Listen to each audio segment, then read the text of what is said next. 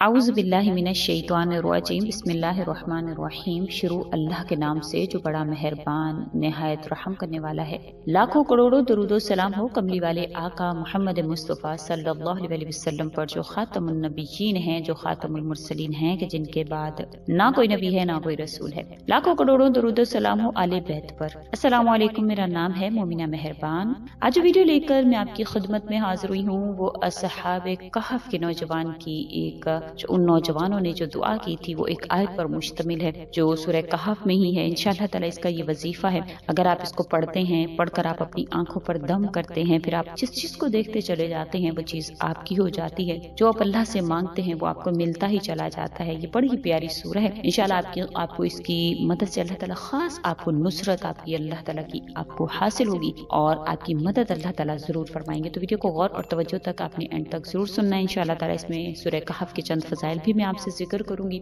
उससे पहले मैं गुजारिश करना चाहूंगी कि अगर आप मेरे चैनल पर नए हैं या मुझे पहली मर्तबा सुन रहे हैं तो मेरे चैनल को सब्सक्राइब जरूर कर दें, और अगर आप मजीद अपडेट्स हासिल करना चाहते हैं तो सब्सक्राइब के बटन के साथ जो बेल नोटिफिकेशन का बटन है उसको भी जरूर प्रेस करें ताकि मेरी हर नई वीडियो आपके पास नोटिफिकेशन की सूरत में पहुंचती रहे। जो कोई भी सूरह कहफ को पढ़ता है तो इसके अलावा उसको ये 11 फायदे जरूर हासिल होते हैं। ये इंशाअल्लाह ताला ये बहुत ही फायदेमंद है। और इसकी जो आयत में साहबे कहफ वाली आपसे जिक्र करने लगी थी जो इसके नौजवानों ने पढ़ी थी, इंशाअल्लाह ताला उसका भी मुकम्मल मैं आपसे फायदा जिक्र करूंगी। उसके अलावा जो इसकी सूरह कहफ की जो फजीलत है वो मैं आपसे जिक्र करना चाहूंगी कि जो भी इंसान इसको पढ़ता है तो वो तमाम आफात और बलियात से महफूज रहता है। कहा जाता है कि जो शख्स भी इसको पढ़ता है तो अल्लाह ताला उसकी खेती को जो वो टिड्डी के नुकसान से भी महफूज रखते हैं, क्योंकि अक्सर जो खेतियां हैं उसको टिड्डी बड़ी नुकसान पहुंचाती है। तो जो इंसान भी इसको जिस घर में पढ़ता है तो वो घर जो है वो जलने से महफूज रहता है। अगर कोई शख्स इसको ऐसी जगह पर पढ़े जहां उसका माल वगैरह रखा हो तो इंशाअल्लाह ताला उसका माल जो है वो चोरों से महफूज रहता है। अल्लाह ताला की रहमत से अगर इसको लिखता है, लिखकर किसी कुएं में या नहर में डाले जहां पर जो है वो पानी नीचे जा चुका तो इंशाअल्लाह ताला वो बाराने रहमत उस पर होगी और वो पानी जो है वो नहर का या कुएं का ऊपर आ जाएगा। अगर कोई शख्स किसी भागे हुए शख्स के लिए इसको पढ़ता है तो इंशाअल्लाह अल्लाह के हुक्म से वो शख्स जो है वो वापस आ जाएगा और अल्लाह के हुक्म से अल्लाह ताला इंशाअल्लाह ताला उसकी बरकत से अल्लाह ताला उसको सही सलामत वापस ले आएंगे। जो भी शख्स इसको किसी ऐसे घर में पढ़ता है जहाँ पर उसको डाउट हो कि यहाँ पर जिन्नात हैं या असेब ज़दा मकान है तो इंशाअल्लाह ताला वहाँ से वो जिन्नात जो है वो मकान छोड़कर भाग जाते हैं। अगर किसी को औलाद ना होती हो तो वो इसको पढ़े तो इंशाअल्लाह अल्लाह ताला उसको औलाद जो है वो जरूर अता फरमाते हैं, क्योंकि इसकी बड़ी ही बरकत है। अगर किसी का बच्चा बहुत ज्यादा रोता हो तो इसको पढ़कर उसको उसके ऊपर फूंक दे तो इंशाअल्लाह ताला वो बच्चा जो वो जिद करना छोड़ देगा। अगर किसी जगह पर आपको खौफ है कि यहाँ पर नुकसान होने का खतरा है वहां पर पढ़ें तो इंशाअल्लाह वहां पर किसी भी किस्म का कोई भी नुकसान जो है वो नहीं होगा। अगर आप सफर के दौरान इसको पढ़ते हैं कि या अल्लाह मैं पढ़ रहा हूँ तो इसको मेरे सफर को जो महफूज बना दीजिए, तो इंशाअल्लाह ताला आप अल्लाह के हुक्म से बहिफाजत आप अपने मुकाम तक पहुंचेंगे। जो आयत है जो मैं आपसे जिक्र कर रही थी सूरह कहफ की आयत, इंशाअल्लाह ताला अगर आप इसको पढ़ते हैं तो अल्लाह ताला आप पर मेहरबान होते हैं। ये जो इसकी आयत है सूरह कहफ की, आपने इसको पढ़ना है। इंशाअल्लाह पहले तो आपने सूरह कहफ को शुरू करना है जब आपने इसकी इस आयत पर पहुंचना है जो कि रब्बना आतिना मिन लदुनका रहमतन व हय्यि लना मिन अमरिना रशदा, ये जो आयत है जब आपने इस पर पहुंचना है तो आपने इसको 21 मरतबा पढ़ना है। आपने इंशाअल्लाह ताला इसको 21 मरतबा पढ़ना है, क्योंकि जो भी इसको इंशाअल्लाह 21 मरतबा पढ़ता है तो अल्लाह ताला उसके तमाम तर मसाइल, जो भी उसके मसाइल हैं, जो भी उसकी उलझने हैं, जो भी उसकी परेशानी, अल्लाह ताला उसको खत्म फरमाते हैं। क्योंकि इसका मतलब देखिए कि कितना प्यारा है। सबसे पहले तो इसमें रब्बाना का लफ्ज है, रब्बाना इसमें आजम है। फिर आतीना, ए हमारे परवरदिगार हमें अता फरमा, मिन लदुनका रहमतन अपनी रहमत से जो तेरे पास है, वहय्यि लना मिन अमरिना रशदा और हमारे काम जो है उनमें दुरुस्तगी का सामान कर दे। या अल्लाह हमारे तमाम कामों में दुरुस्तगी का सामान कर दे। बेशक हर मुसलमान जो अल्लाह पर ईमान रखता है वो ये جانتا ہے کہ اگر اس کے کسی معاملات کو کوئی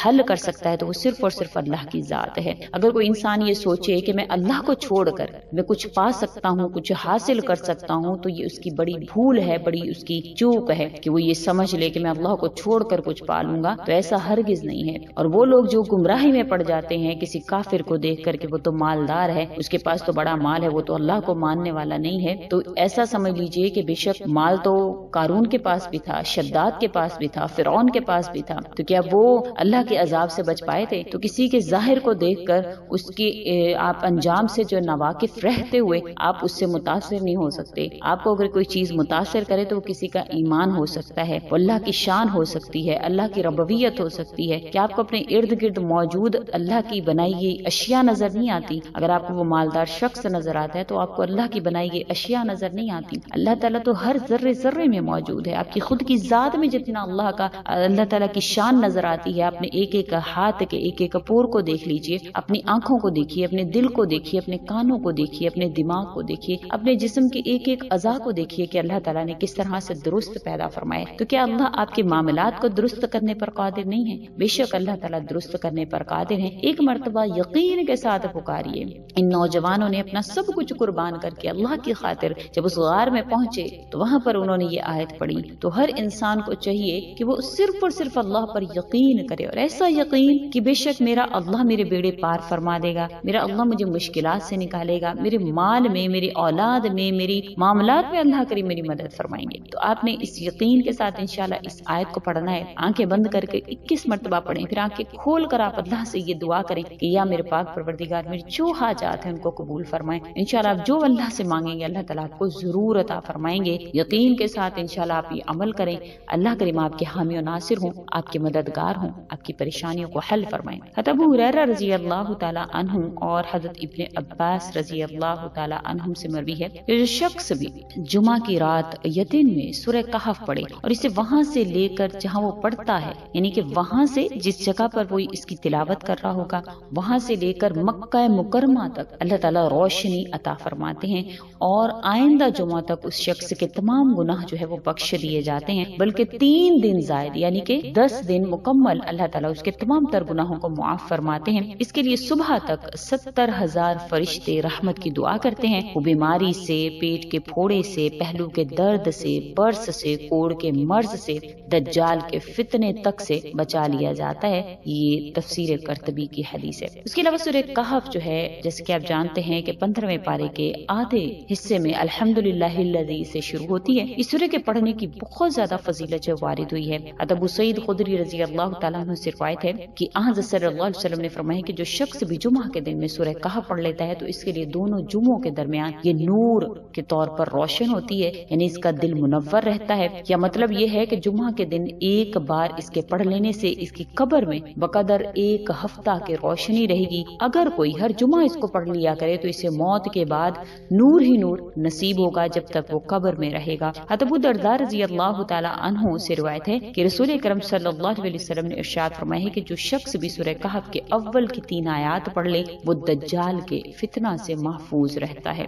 امید کرتی ہوں آپ کو میری ویڈیو اچھی لگی ہوگی۔ اگر اچھی لگی ہے تو لائک کریں، شیئر کریں اور میرے چینل کو سبسکرائب بھی ضرور کر دیں۔ اسی کے ساتھ اجازت چاہوں گی، وآخر الدعوانا ان الحمدللہ رب العالمین۔ اللہ حافظ۔